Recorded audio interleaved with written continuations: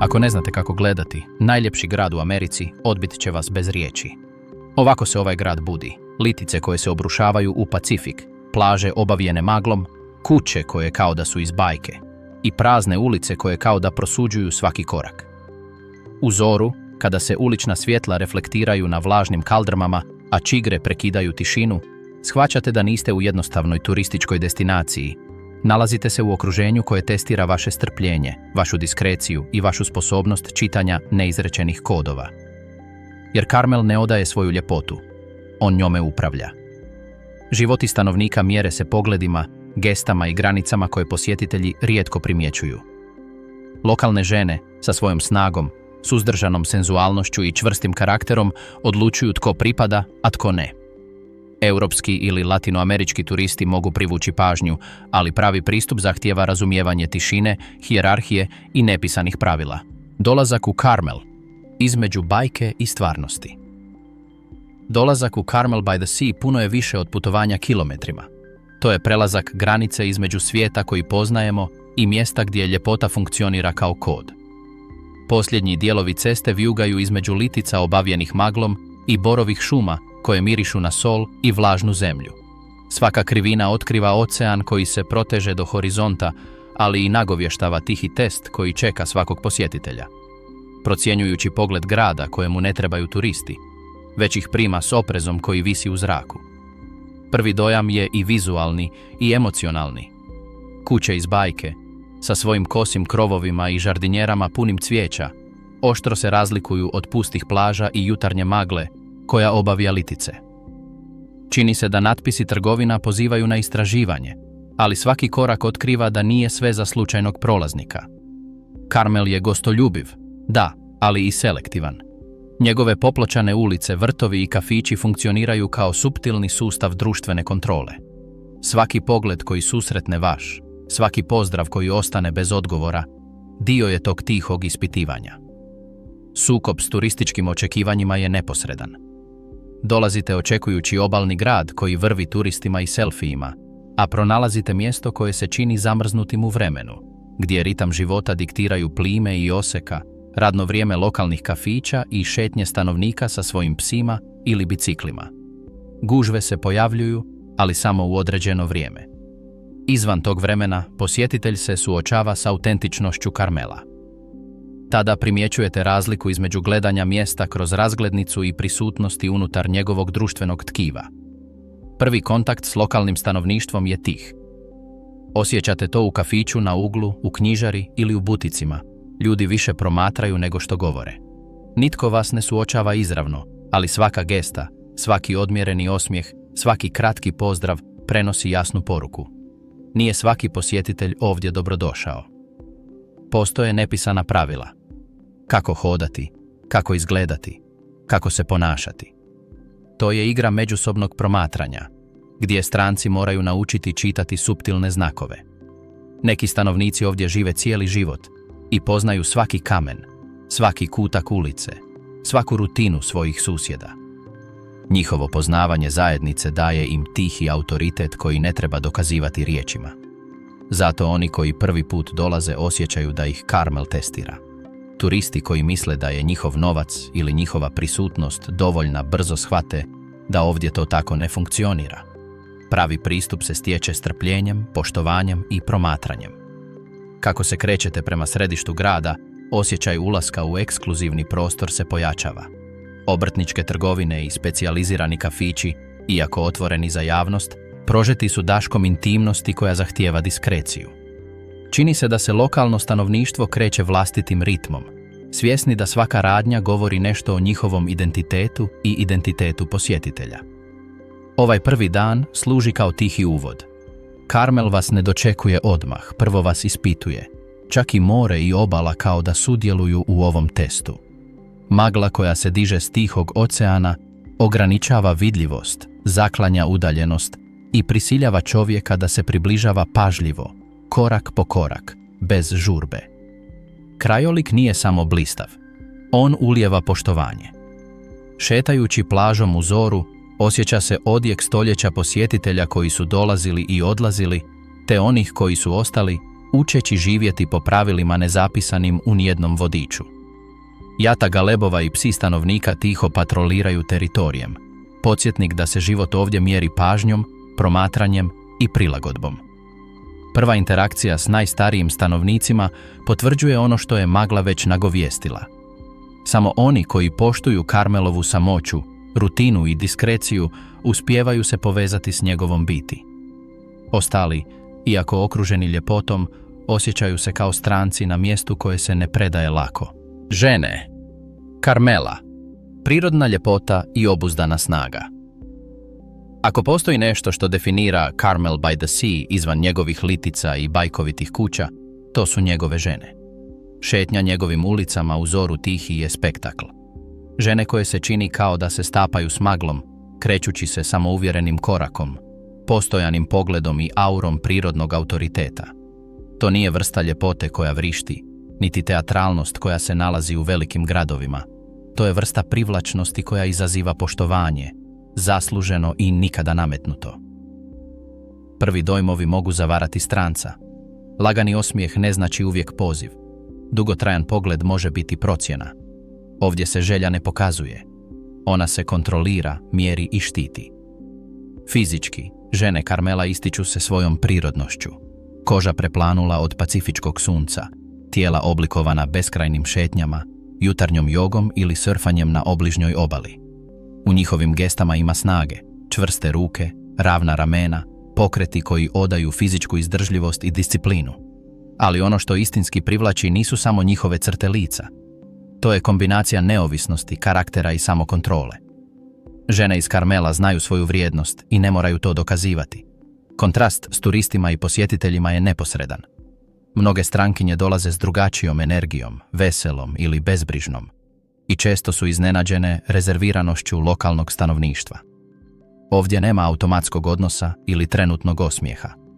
Prvo promatrate, procjenjujete stav, a tek onda dajete povjerenje. Privlačnost prema strancima, posebno Europljanima ili Latinoamerikancima, suptilna je i tiha. U pogledu postoji znatiželja, da, ali nije nepotrebna. Geste su kodovi koji se moraju ispravno protumačiti. Pogrešan korak može značiti da vas se etiketira kao uljeza, nekoga tko se divi samo izvana, a da ne razumije granice zajednice. Govor tijela govori sve. Prekrižene ruke nisu prezir, one su procjena. Lagani klimanje glavom nije pozdrav, to je znak djelomičnog prihvaćanja. Tišina teži jednako kao i riječi. Geste, koje bi u drugim gradovima mogle biti flert ovdje, su alati za kalibraciju.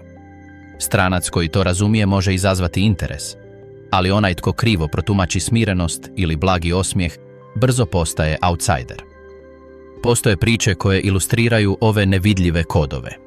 Emily, australska turistkinja, stigla je sa svojom partnericom i vjerovala je da dijeljenje kave na terasi s lokalnim ženama označava otvorenost. Jedna od njih, sa suzdržanim osmijehom i nepomičnim pogledom, procjenjivala je svaku Emilinu gestu više od 10 minuta. Istog poslijepodneva, Emily je shvatila da je osuđena i odlučila se povući iz razgovora. Nije bilo oštrih riječi, samo tišina i jasna emocionalna granica koja nikada nije prijeđena. Pouka je bila jednostavna. U Carmelu se emocionalni pristup ne može kupiti ili prisiliti. Druga priča odvija se na državnoj plaži Carmel River, gdje su europski turisti primijetili lokalne žene kako vježbaju jogu u izlasku sunca. Razlika je bila očita. Dok su stranci fotografirali i smiješili se svima, lokalno stanovništvo je održavalo koncentraciju i elegantnu distancu, ne govoreći, već prenoseći autoritet. Neki posjetitelji pokušali su prići, nudeći neobavezni razgovor. Odgovor nije bio negativan, ali je bio hladan i osuđujući. Bio je to tihi podsjetnik. Ovdje se poštuju prostor i autonomija, a svaki pokušaj ignoriranja toga odmah se otkriva. Suzbijena želja također ima svoju društvenu dinamiku. Carmel nije mjesto gdje se seksualnost pokazuje. Ona se nagovještava, opaža u suptilnim gestama, zadržanim pogledima ili kontroliranoj blizini. Lokalni muškarci, kao i žene, djeluju prema kodeksima koji kombiniraju poštovanje, ugled i diskreciju.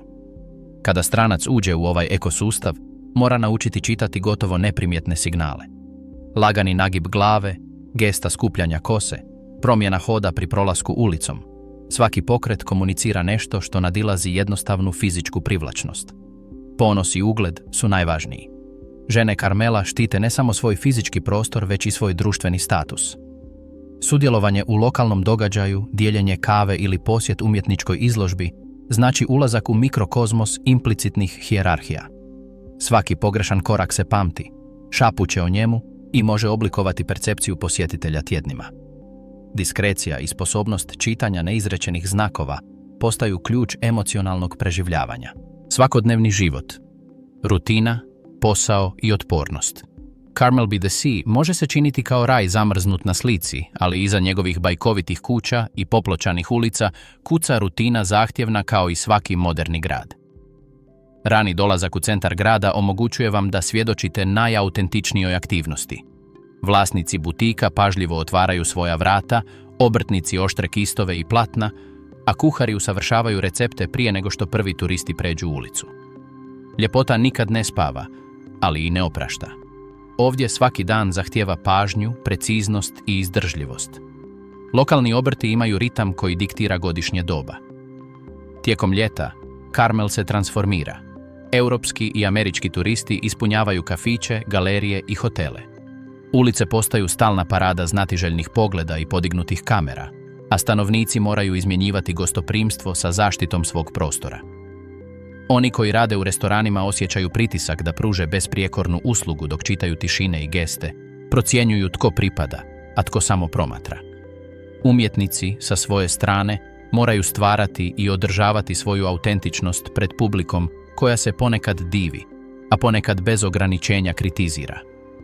U ovim tjednima život je intenzivan, gotovo teatralan. Svaka interakcija, svaki osmijeh, svaki pozdrav nosi težinu koja nije odmah vidljiva. Zima donosi oštar kontrast. Gotovo prazne ulice, jutarnja magla i tišina koja obavija sve. Kafići se rano zatvaraju, hoteli smanjuju broj osoblja, a turisti gotovo potpuno nestaju. Vrijeme je za obnovu, pripremu poslovanja za sljedeću sezonu i, prije svega, otpor osjećaju izolacije. Mnogi mještani priznaju da je zimski mir lijep, ali i zahtjevan. Samoća može postati stalni pratilac, a mora naučiti da se ne izgubi u miru. Ovdje je mentalna otpornost jednako važna kao i fizička izdržljivost. Nitko ne preživljava samo diveći se krajoliku. Carmel nije samo mjesto za odrasle. Odgoj djece također slijedi neizgovorena pravila. Mališani odrastaju među galerijama, kafićima i stazama koje povezuju grad s plažom. Od malih nogu uče poštivati privatnost i osobni prostor drugih, čitati geste i pažljivo se kretati među posjetiteljima i mještanima. Zajednica štiti djecu, ali zahtjevi su visoki. Moraju se prilagoditi tempu odraslih, shvatiti da svaka akcija ima društveni utjecaj i da je ugled vrijednost koja se gradi od djetinjstva. Sloboda se kombinira s disciplinom, a rezultat je generacija koja razumije ljepotu, ali i odgovornost života na mjestu pod lupom. Samoća je još jedan ključni aspekt.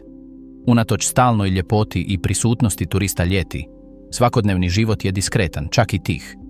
Stanovnici uče živjeti uz stalno promatranje bez pretjeranih reakcija. Ova odabrana samoća jača i karakter, te je jedan od razloga zašto Carmel održava svoju jedinstvenu auru. Samo oni koji poštuju kodekse i razumiju suptilnost lokalnih odnosa mogu se istinski integrirati. Veze u zajednici su duboke i tihe. Pravovremeni pozdrav, gest pomoći s poduzećem ili pristojan komentar u galeriji mogu otvoriti vrata. Ignoriranje tih suptilnosti može ih potpuno isključiti. Zajednica funkcionira poput organizma. Svaka akcija, svaki pogled i svaka interakcija utječe na društvenu mrežu grada. Ovdje pravila nisu napisana. Ona se osjećaju, poštuju i internaliziraju. Stranci koji dođu ne uočavajući te kodekse često odlaze s osjećajem da ih je Carmel procijenio, izmjerio i isključio, bez potrebe za riječju. Stranci u Carmelu. Fascinacija i tišina. Carmel by the Sea oduvijek je imao poseban magnetizam za one koji traže više od pukog turističkog odredišta. Nisu to samo bajkovite kuće, litice koje se spuštaju u Pacifik ili magla koja u zoru obavija plaže. Postoji nešto u načinu na koji se grad kreće, u načinu na koji stanovnici komuniciraju sa svojom okolinom, što tiho privlači posjetitelje iz cijelog svijeta. Japanke, fascinirane kalifornijskim načinom života. Europljanke, znatiželjne o rustikalnoj ljepoti i latinoamerikanke koje traže tu mješavinu mora, umjetnosti i misterije koja se čini jedinstvenom za ovo mjesto. Stižu s očekivanjima, spremnim fotoaparatima i kartama u rukama, ali ubrzo otkrivaju da se Carmel ne odaje lako. Od prvog susreta stranci se suočavaju s drugačijom stvarnošću. Ovdje se snaga, ljepota i karakter lokalnih stanovnika doživljavaju kao magnet i kao barijera. Žene iz Carmela, na primjer, kombiniraju delikatnost s čvrstoćom, suzdržanu senzualnost izraženu više gestama i pogledima nego riječima. Način na koji promatraju, jedva se smiješe i procjenjuju ponašanje posjetitelja može biti uznemirujući za one koji su navikli na trenutnu poznatost drugih turističkih destinacija. Jednostavan pozdrav, kimanje glavom ili mahanje mogu se protumačiti kao interes, poštovanje ili ravnodušnost, a stranac rijetko zna što je što. Lokalni muškarci, zauzvrat, djeluju tiho privlačno, smirenom prisutnošću, samouvjerenim pokretima, vladanjem okolinom i poznavanjem grada koje ih na prvi pogled čini gotovo nepristupačnima. Za posjetitelje to stvara fascinaciju i istovremeno određenu strepnju. Početne interakcije obično su obilježene minimalnim gestama, blagim osmijesima, odmjerenim razgovorom, kratkim kontaktom očima. Svaki pokret je suptilan test razumijevanja. Tko poštuje lokalne kodekse, a tko ih ignorira. Nesporazumi su česti i gotovo neizbježni. Japanski turist koji pokušava započeti razgovor mogao bi dobiti pristojan, ali distanciran odgovor. Latinoamerikanac koji misli da primjećuje znakove interesa mogao bi pogrešno protumačiti diskretan osmijeh. Europljanka koja traži brzu vezu mogla bi otkriti da su strpljenje i promatranje važniji od neposrednog razgovora. Ove tišine, ove napetosti nisu nepristojne. To su nevidljive granice koje lokalno stanovništvo koristi kako bi zaštitilo svoj prostor i procijenilo pridošlice. Neki posjetitelji, isprva dezorijentirani, počinju shvaćati kodove. Pričekajte da lokalno stanovništvo prvo progovori. Ne pretjerujte sa znatiželjom, promatrajte prije nego što djelujete. Oni koji se uspiju prilagoditi, otkrivaju da Carmel može biti izvanredno gostoljubiv. Pozivi u skrivene kafiće, preporuke za malo poznate restorane, čak i dugi razgovori koji otkrivaju priče o gradu i detalje svakodnevnog života. Međutim, čak se i ti trenuci doživljavaju diskretno. Sve je odmjereno, suzdržano i s poštovanjem prema lokalnom ritmu i prostoru. Privlačnost između stranaca i stanovnika često je tiha i nijansirana. Pogledi koji se zadržavaju sekundu duže od očekivanog, osmijesi koji nestaju prije nego što se shvate, geste koje pokazuju interes, ali i uspostavljaju granice. Za posjetitelje to može biti frustrirajuće ili intrigantno. Za lokalno stanovništvo to je jednostavno prirodan način interakcije s onima koji nisu u potpunosti integrirani u zajednicu. Postoji nekoliko kratkih priča koje odražavaju ovu dinamiku. Europskog turista očarao je lokalni barista koji je vodio kafić s gotovo ritualnom preciznošću. Način na koji je pripremao espresso, briga s kojom se obraćao svakom gostu i njegova decentna uljudnost stvarali su trenutnu privlačnost, ali svaki pokušaj da se odmakne od normalnog razgovora dočekan je implicitnom granicom, neprekinutom tišinom. Japanski turist, koji je odsjeo u obiteljskom pansionu, primijetio je procjenjujući pogled vlasnika. Svaka gesta, svako pitanje, svaki pokret u kuhinji činio se kao suptilni test poštovanja i razumijevanja. Latinoamerički posjetitelj, sa svoje strane, prebrzo je protumačio ljubaznost stanovnika i otkrio da se lokalna naklonost ne prevodi u neposredno povjerenje. Pripadnost se stječe vremenom i promatranjem, a ne inzistiranjem. Tajne raja, hijerarhije i nevidljivi kodovi. Carmel by the Sea nije samo spektakl bajkovitih kuća i maglovitih litica.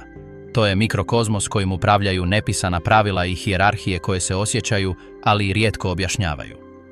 Svaki stanovnik zna tko ima vlast, tko zaslužuje poštovanje, a tko je, koliko god prijateljski izgledao, ipak pridošlica koja mora dokazati svoje mjesto. Ovdje se zajednica gradi na nevidljivim mrežama povjerenja, ugleda i časti, a njihovo razumijevanje je razlika između osjećaja kao dijela sela ili ostajanja zauvijek promatračem. U Karmelu obiteljska povijest i starost prebivališta nose jednaku težinu kao i osobni šarm. Dugogodišnji stanovnici imaju privilegije koje nisu prikazane na kartama ili objašnjene u brošurama. Pristup najboljim lokalnim restoranima, pozivnice na privatne događaje, poznavanje staza i tajnih mjesta, čak i utjecaj na odluke o životu sela. Pridošlice, koliko god snalažljive i entuzijastične bile, počinju od dna. Njihov ugled se stječe promatranjem, poštovanjem i strpljenjem. Pogrešno upućen osmijeh, previše familijarna gesta ili pretjerana znatiželja mogu vratiti integraciju godinama unazad. Nevidljivi kodovi upravljaju svakodnevnim interakcijama koje se neslutećem posjetitelju čine trivijalnima. U lokalnom kafiću stanovnik može prvi sjesti za najsunčaniji stol bez ijedne izgovorene riječi, a svi prisutni prihvaćaju neizrečenu hijerarhiju. Na plaži, grupa lokalnih surfera točno zna tko može koristiti određena mjesta bez sukoba. Pristojnost je jezik, ali iza nje leže mjere moći i tiho poštovanje koje definiraju istinsku pripadnost. Sukobi se javljaju, ali se rijetko rješavaju izravnim sukobom. U Karmelu se nesuglasice rješavaju suptilnošću, gestama i strateškim tišinama.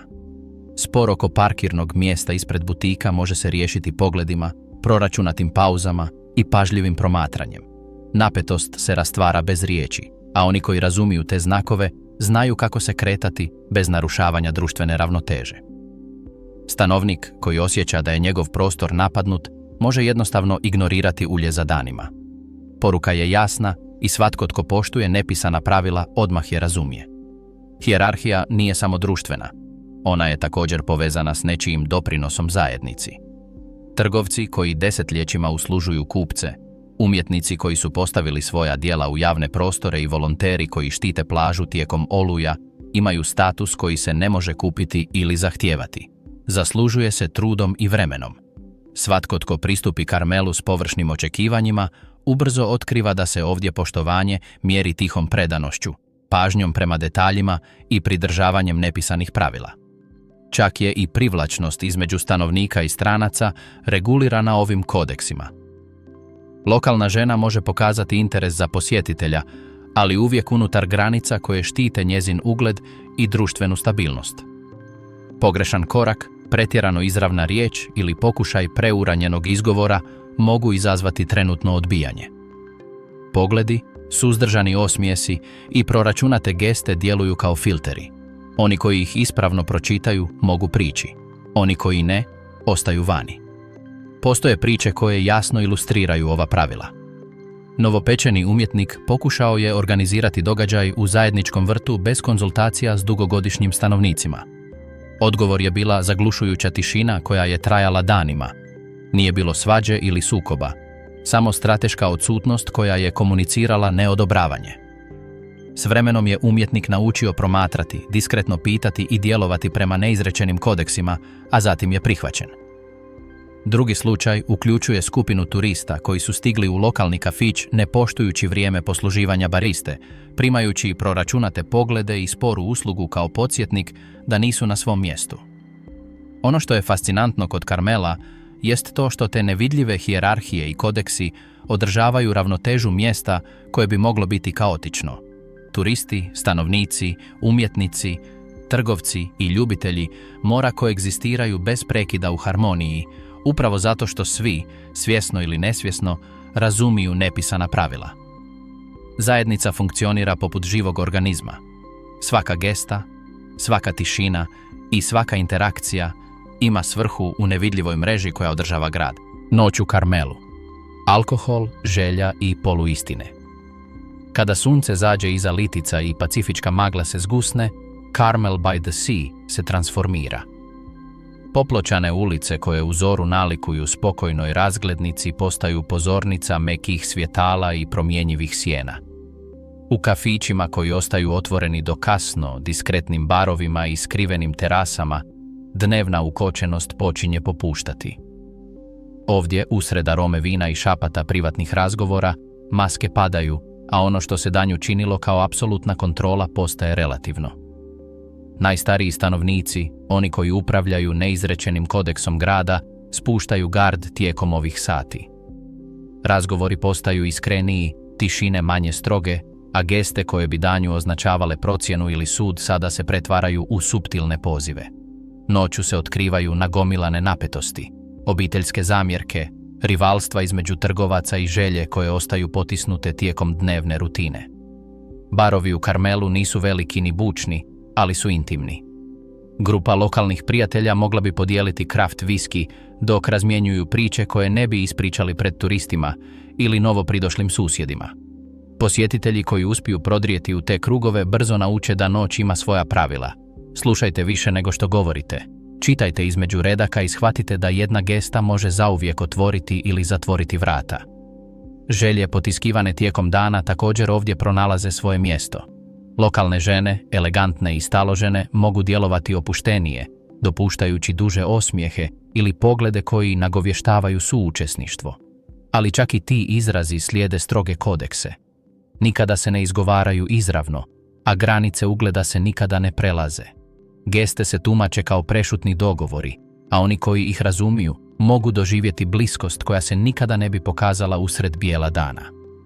Među turistima, posebno Europljanima i Latinoamerikancima, opipljiva je fascinacija i zbunjenost. Razmjena pogleda s lokalnim ženama može rasplamsati znatiželju i napetost, ali bez poznavanja noćnih normi grada, svaki pokret može se pogrešno protumačiti. Slučajan dodir, pretjerano izravan komentar ili pokušaj žurbe u intimnost mogu izazvati trenutno odbacivanje. Privlačnost u Carmelu nije spontana. Ona se pregovara tiho, strpljivo, gestama i diskrecijom. Privatna okupljanja još su jedno mjesto za dvostruke standarde. Neki stanovnici pozivaju odabrane strance na improvizirane večere u kuće s terasama s pogledom na more, gdje alkohol teče, a razgovori otkrivaju istine koje se ne nalaze ni u jednoj turističkoj brošuri. Ovdje se raspravlja o potisnutim željama, sukobima koji nemaju mjesta u fasadi dnevnog savršenstva, osobnim frustracijama. Svaka riječ, svaki smijeh, svaka pauza nosi težinu koja nadilazi trenutak. Oni su pokazatelji tko je prihvaćen, tko razumije kodekse, a tko ostaje outsider. Dvostruki standardi. Carmela vidljivi su u usporedbi dana i noći. Tijekom dana, gradom se čini da vladaju stroga pravila. Sve se mjeri, sve se procjenjuje. Turisti se promatraju, stanovnici izračunavaju svaku gestu, a interakcije slijede tihi red koji štiti društvenu harmoniju. Kada padne noć, ovaj red se popušta, ali ne nestaje. Noćna sloboda je ograničena i selektivna. Samo oni koji su naučili čitati nevidljive kodekse mogu se sigurno kretati. Jasan primjer je slučaj mladog europskog umjetnika koji je tijekom dana jedva mogao započeti razgovor s lokalnim ženama. Navečer, u malom baru uz plažu, shvatio je da mora čekati, slušati i dopustiti da im se pogledi sretnu prije nego što pokuša prići. To strpljenje otvorilo je vrata dubljem razgovoru i mogućnosti kratkotrajnog, ali intenzivnog odnosa, temeljenog na međusobnom poštovanju i pažljivo odmjerenim gestama. Carmel by the Sea, sa svojim estetski savršenim popločanim ulicama i bajkovitim kućama, samo je površina mnogo dublje strukture. Tapiserije tradicija, rituala i vjerovanja koja upravlja svakodnevnim životom. Iako nije odmah vidljiva, kulturna povijest regije, pod utjecajem kršćanskih struja, lokalnog misticizma i dubokog poštovanja prema prirodi, oblikuje svaku gestu, svaku interakciju i svaku društvenu odluku. Vjera i praznovjerja služe kao tihi vodič, svojevrsni kompas koji diktira što se može učiniti, reći ili željeti bez narušavanja osjetljive ravnoteže zajednice. Od vjerskih procesija koje se još uvijek vijugaju ulicama za vrijeme blagdana, do malih obiteljskih rituala koji se odvijaju u drvenim kućama okrenutim prema oceanu, sve nosi značenje koje nadilazi duhovno. To je društvena kontrola. Prisustvovanje misi nije samo pobožnost, već način iskazivanja poštovanja i pripadnosti. Geste u tim ceremonijama, točnost i način na koji ljudi pozdravljaju susjede i vlasti otkrivaju tko razumije lokalne kodekse, a tko ostaje outsider. Praznovjerja također igraju neočekivanu ulogu. Gruba gesta pred oltarom, komentar o magli koja obavija litice ili čak ignoriranje štovanja određenih lokalnih simbola može biti dovoljno da nekoga označi kao neprimjerenog. Za stanovnike ove prakse nisu ograničavajuće. One su nevidljivi jezik koji održava sklad i regulira odnose, želju i ugled. U području ljubavi i privlačnosti ove tradicije imaju suptilan, ali snažan utjecaj. Način na koji se flertuje, izražava interes ili odbija udvaranje prožet je drevnim kulturnim normama. Lokalne žene, odgojene unutar ovog sustava, upravljaju svojom željom s diskrecijom i odlučnošću. Muškarci poštuju signale i znaju da se propust može pamtiti godinama. Čak i najšarmantniji posjetitelji, Latinoamerikanci ili Europljani, moraju naučiti čitati ove signale ako žele da im privlačnost bude uzvraćena. Dnevni rituali poput kućanskih poslova, postavljanja stola, radnog vremena, trgovina i sudjelovanja u svečanostima nisu samo običaji.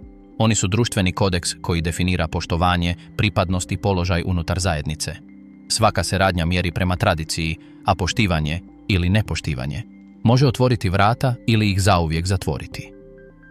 U Karmelu tradicija funkcionira kao nepisani zakon, oblikuje želju, regulira intimnost i daje smisao svakodnevnoj rutini, održavajući idiličnu estetiku grada kao živu i koherentnu fasadu.